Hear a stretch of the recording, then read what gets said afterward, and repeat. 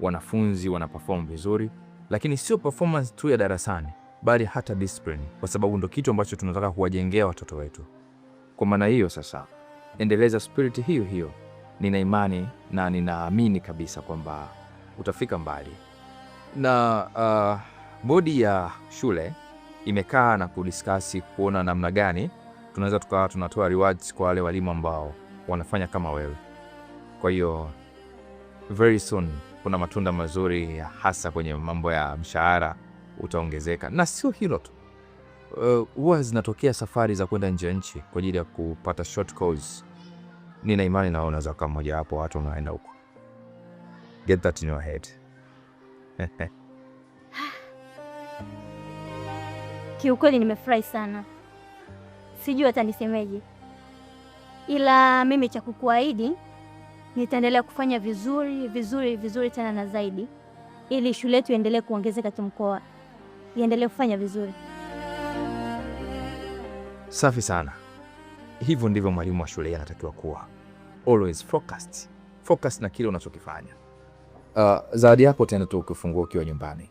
Asante sana Rais. Karibu.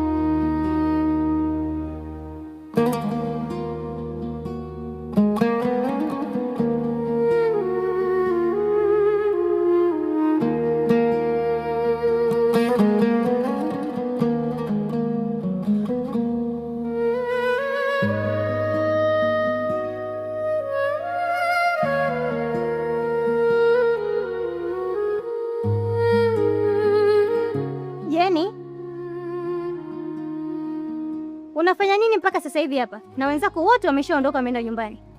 Nilikuwa sijamaliza kazi, ndio nilikuwa namalizia. Oh. Haya sawa. Madam, tunaweza kuongozana ngakupa lifti? Hamna shida Jeni. Basi sawa.